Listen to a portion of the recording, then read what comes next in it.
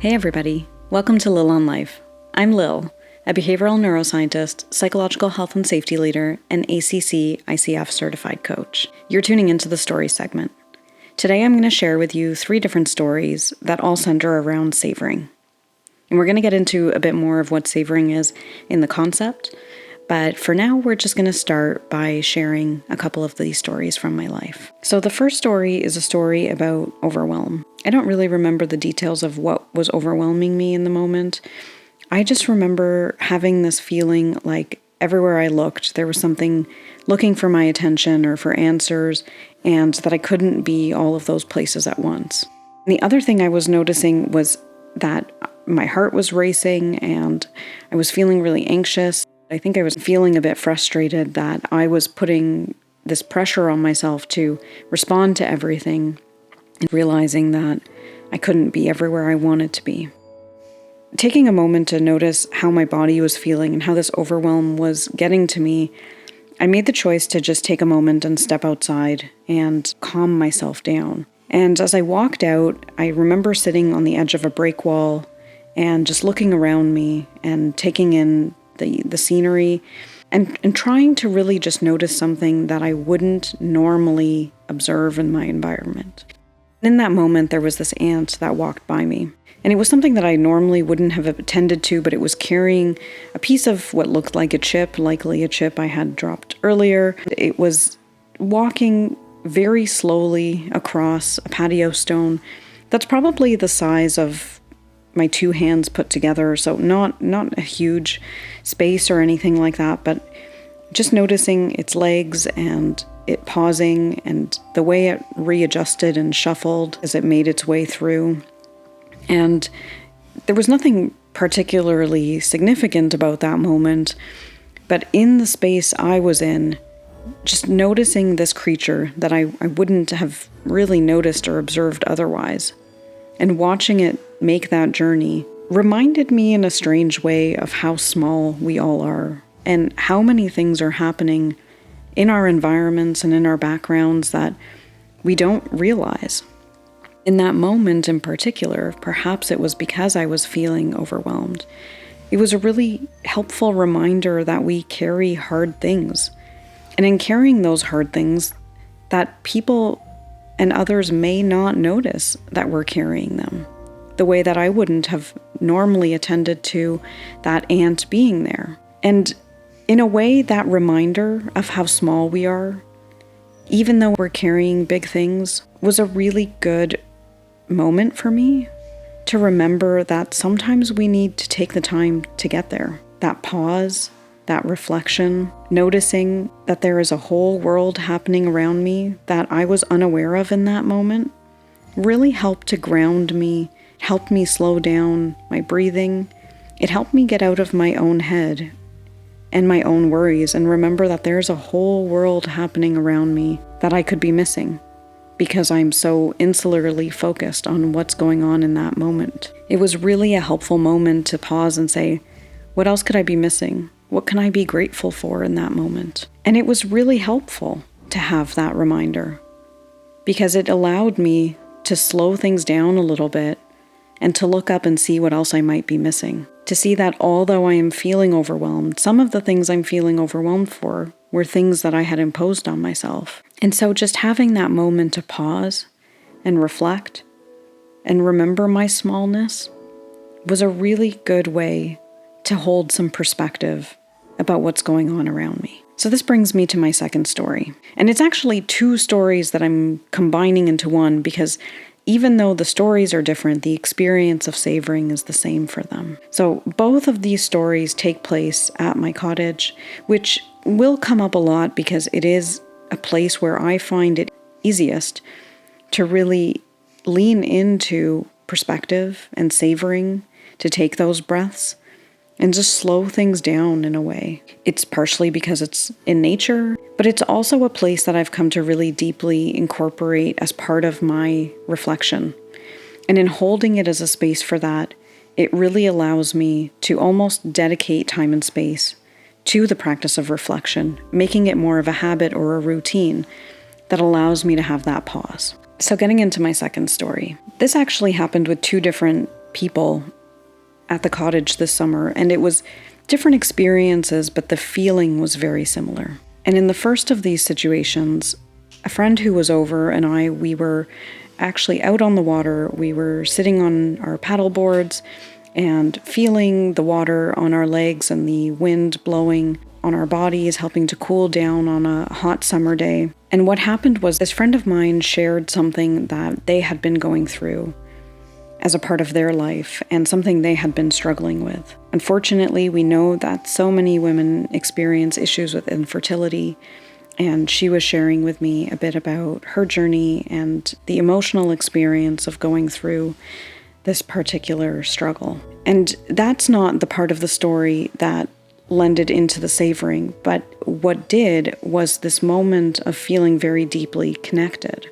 Feeling how much trust existed between us in that moment, about how safe she felt to share that, and the power of connection that comes with sharing difficult things that we are going through. I remember listening to her and noticing some of my own emotional reactions happening in listening to her, and noticing my own urges to want to help and fix and solution, and also feeling the vulnerability of just being there with her and holding the space to make it safe for her to share that. And in that moment, and in a world that has for me felt sometimes to be very deeply isolating, especially over the last couple of years when people haven't had the same social outlets or opportunities, I had this really deep feeling of gratitude that this person was showing up in their authenticity and showing up in a moment of vulnerability and sharing that with me. And after she shared, rather than jumping into that solutioning and fixing, rather than offering a perspective about maybe some of the things she could try, this or that, I really noticed how just taking a moment to thank her for sharing that with me, for feeling safe, was a moment of opportunity to savor.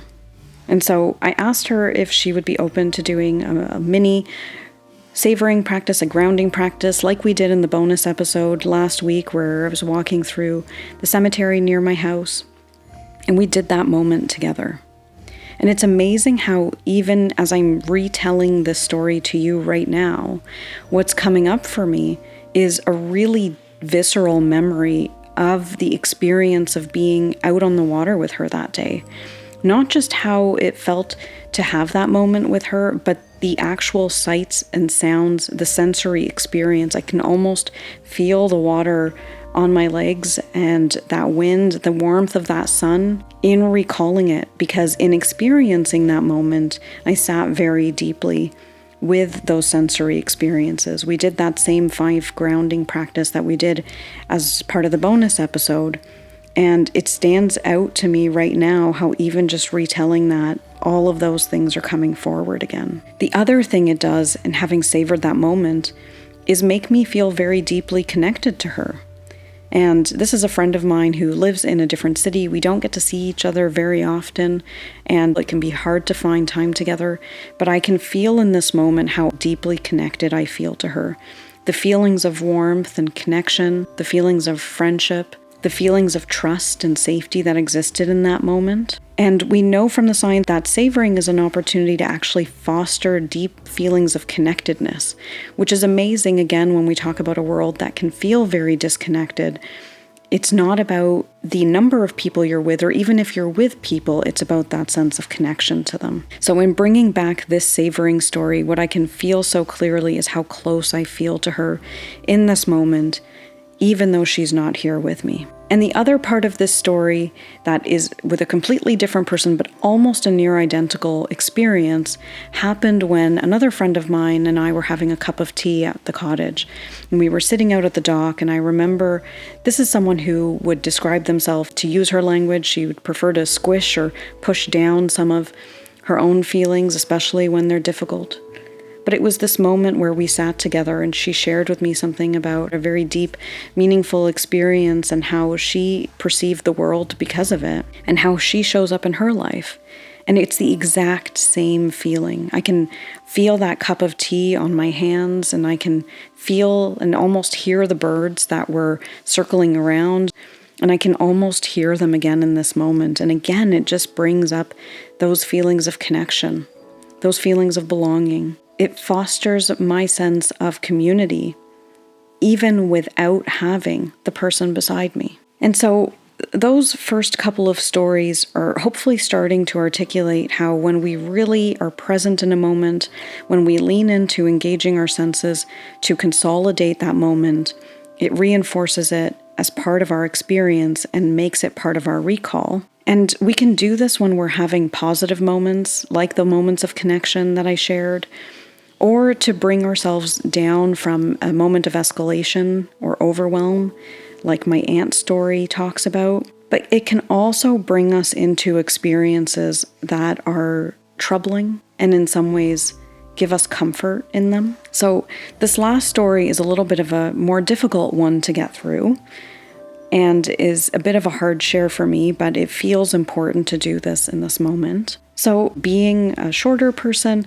typically if I am hugging people or things like that, I tend to be, especially if they're taller than me, which most people are at the incredible 5'2" that I am, I tend to be at people's chest level. And so often something that I've noticed is that when I hug people or hold people closely, something that I tend to feel is their heartbeat. And when I'm really connected with somebody, in feeling that heartbeat and the vibrations that come from someone's chest, it brings me into a moment of feeling very deeply connected to them. So this last story that I'm going to share with you today is about my last night with my mom. So as I've shared on this podcast, my mom had been sick for a bit of time, but it seemed like things might be getting better to some degree, and then very quickly things took a turn.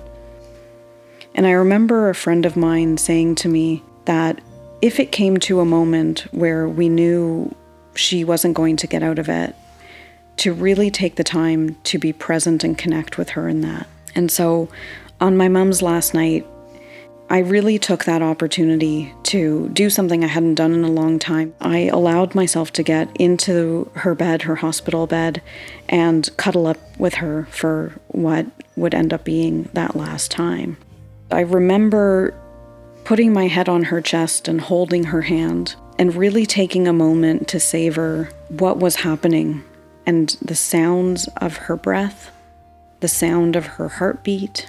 I remember feeling her hands against my hands, feeling almost every groove I could on her knuckles, tracing my fingers along her lifeline on her palm. Just really taking that moment to feel her body against mine and to really be present in that moment with her.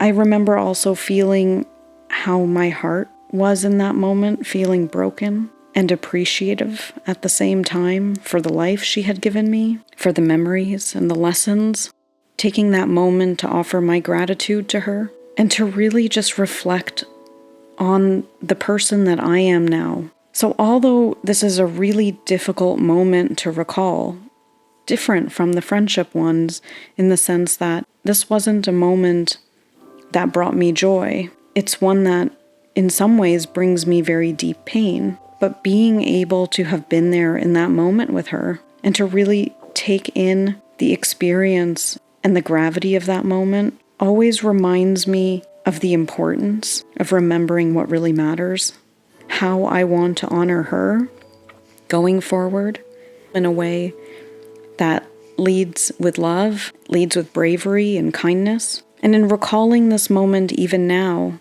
I can feel the sadness. I feel the difficulty that existed in that moment, but it also gives me an opportunity to feel so deeply connected to my mom.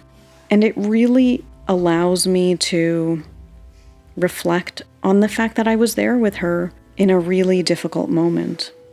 And one of the things that I've talked about a lot is how remembering that we're going to die is something that reminds me about being intentional about the life I'm living right now. I remember reading many years ago about the top 5 regrets of the dying. And I remember reflecting on those regrets, and I'll share them now for everyone's benefit if you're not familiar with it. So the top 5 regrets of the dying, this came from a study where people interviewed at their deathbeds share what the top 5 regrets were. And consistently, the top 5 regrets of the dying were that they wish they'd had the courage to live a life truer to themselves, not a life others expected of them, that they wish they hadn't worked so hard, that they wish they'd had the courage to express their feelings, that they wish they'd had stayed in touch with friends, and that they'd let themselves be happier. Reflecting on that moment reminds me of those regrets of the dying. It reminds me about the life that I want to live, and one that is about having the courage to live a life that is truer to myself. To remembering in moments of overwhelm, or when I am leaning in and burning myself out, that life is meant to be enjoyed, not just worked through. To express my feelings and to remember that people aren't in my mind and don't know how I'm feeling. It reminds me about the importance of feeling connected and reminds me about doing the things that make me happier. And so the gravity of that moment is one that can be very difficult to sit in and is also hugely empowering. Because in that moment, it reminds me of a promise I made to my mom about how I was going to live my life moving forward in a way that honors myself and honors her.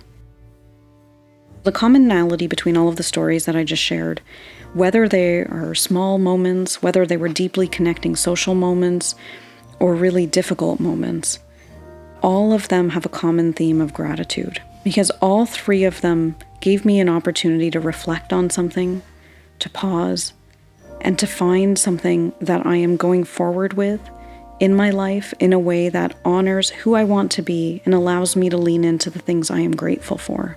It reminds me that in any moment, I could be missing a multitude of things happening. And it allows me to choose moments that I want to amplify. Because savoring is a practice that we can do in moments we really want to reinforce in our memories and to strengthen, to be able to call them back. Thanks for being on this journey with me and for listening to me sharing those stories. This is Lil, and you're listening to Lil on Life. Tune into the concept segment to hear more about the science behind savoring and how you can use it in the practice segment. Thanks again, everybody. Take care and be safe. If you're enjoying this podcast, please like, follow, and leave a 5-star review. If you'd like to reach out, you can get me on my Gmail at lilonlifepod@gmail.com. That's Lil with 1 L, onlifepod@gmail.com. Or on my socials, Instagram, YouTube, TikTok, at lilonlifepod. Lil on Life podcast is produced by Brando & Co. Brandon is a photographer, director, and podcast producer. You can see some of his creations on Instagram at Brandon Allen. Get in touch to see how you can collaborate. Opinions expressed in this podcast are my own and may not reflect those of my employers. If you or someone you know is in danger, please dial 911. If you or someone you know is thinking about suicide, call or text 988. Support is available 24 hours a day, 7 days a week. That number again is 988. Lil on Life is a Big B and Little L collaboration.